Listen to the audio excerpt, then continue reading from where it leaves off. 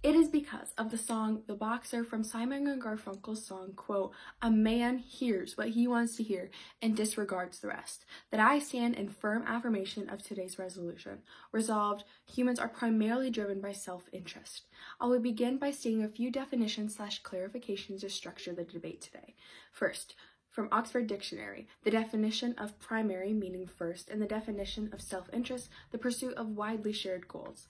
Thus, it is the burden of the affirmative to prove that humans are motivated by any other single drive and are motivated to advance their own goals and goals of close social networks, or for their own personal survival. To win today's debate, the negative must provide evidence that another goal is far more powerful in the majority of instances than it is to generally overcome self-interest. I have two main contentions to prove today's resolution. Contention 1. Humans are primarily driven by self-interest, as we aim to focus and satisfy our decisions. Humans, by nature, are motivated by our own need to extend our survival and peace of mind. According to the Stanford Encyclopedia of Psychology, August 31st of 2020, drawing upon some ideas that can be found in Plato's dialogue, we might affirm that two premises. One that motivates us to act as it always desires, and 2, all desires are to be understood on the monologue of hunger. To elaborate behind this idea, when we are hungry, our hunger has an object, food, or perhaps some kind of particular food. We do not want to ingest the food for its own sake. We are really after the feeling of satisfaction that we expect to get to the result after eating. Ingesting this or that piece of food is something that we want, but only as a means of achieving a sense of satisfaction or satisfaction.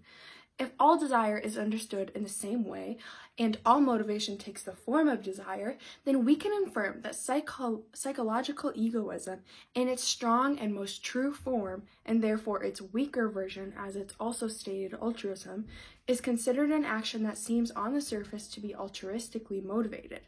I give a gift to someone simply because I think they will like it. Now, since I give the gift to you, you and all desires should be understood as the same kind of hunger. I am hungering after this feeling to be pleased or pleasing someone else, as I hunger after a piece of food. But just as no one wants to ingest a piece of food for its own sake, I do not want to feel pleased for my own sake. Rather, what I am seeking is the feeling of satisfaction that I will get when you are pleased or you are being pleased, and is simply by the means of that by which achieving satisfaction. Accordingly, we don't only have to be keen to ourselves or other people or look within ourselves to arrive at this psychological egoism. We can recognize that this is a doctrine and is simply correct by thinking about the nature of motivation and desire. And here are the impacts. As humans, we are compelled by society or beliefs that we have adopted to help something or someone in distress. But on further examination, the person doing this helping action only perform this said action to relieve a guilty conscience that would otherwise lead to regret after having not helped the person down the line.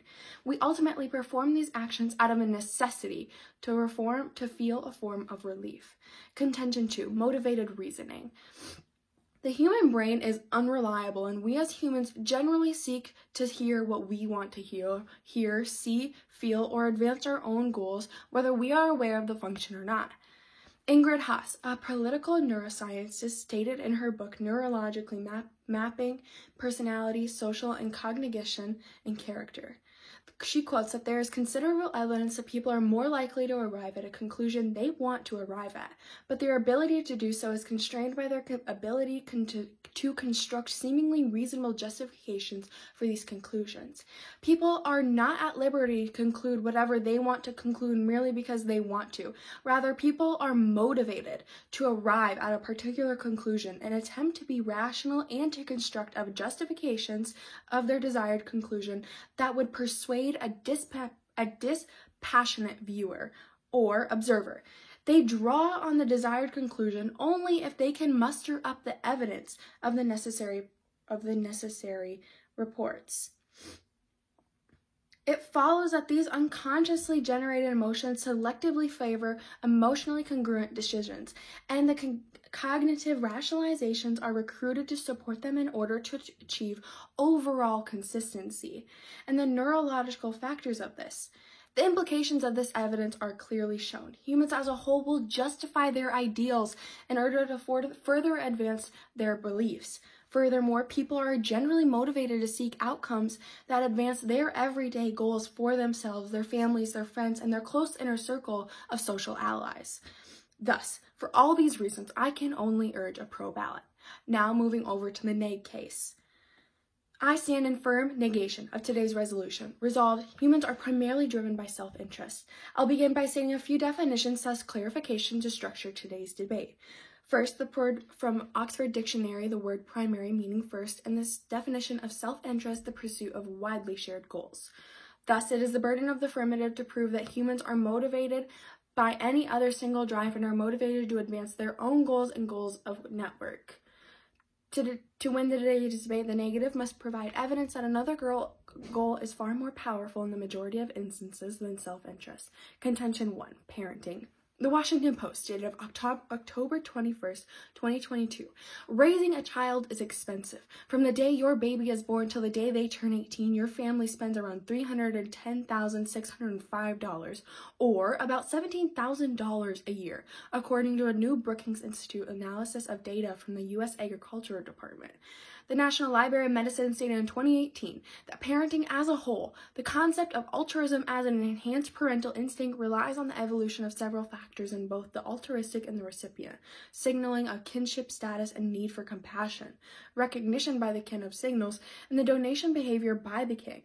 As of recent studies have shown, parenting associated with positive helping behaviors not only enhance their survival of offspring, but also promote better health and slower decline in function levels of the mortality giver.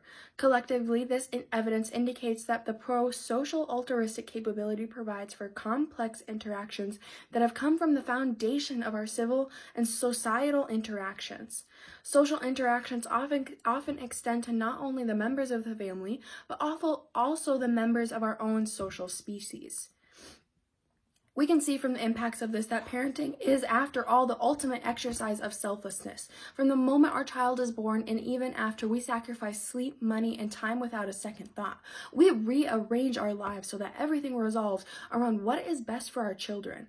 When done properly, being a parent is largely a selfless act, meaning one must frequently subordinate one's own feelings for the need of a child. Parents overall sacrifice a multitude of things: money and emotional well-being, relationships, freedom, career, food, and the desire, all for the desire to raise a child. We can see from the research done above from the National Library of Medicine, no such society, group, or humans could advance without two things: placing their own selfish desires aside for their offspring, or parenting, and without the parent to care for the child. If such a mass proportion of population is willing to have a child, then there is no possibility that self-interest is the most heavily weighed desire. Moving on to contention 2, cultural evolution. From writer and psychologist Sofo Arcano puts into perspective that the case of prehistoric humans mostly lived in peace is supported by the anthropological research. Anthropologists who have lived and studied closely some of the world's few remaining immediate returns of hunters and gatherer groups, meaning groups that don't store food but consume it soon after obtaining, like prehistoric humans did, they found that there was a highly egalitarian, such as a group that don't accumulate property or possessions, and they share resources and have no hierarchical power structures. In such a social environment, humans often don't need to feel the desire to compete against each other or oppress each other. And when they do, which rarely happens, rarely, the rest of the group fights against the one and ostracize them. As you might imagine, this defense mechanism makes it less likely for someone who would want to compete against a compressor or the members of the group. As humans, we're setting this as we set the agricultural societies, they have gradually started to become and behave very differently from their counterparts. We can see the impacts of this clearly show that due to the competitive environment of society that we have been placed in, it has the grounds for furthering the egotistic actions, but we can also see that the evidence of early humans were never inherently selfish. Instead, we have always been at the root of our existence, altruistic in our actions. And for all these reasons and more, I can only urge a con ballot on today's debate. Thank you.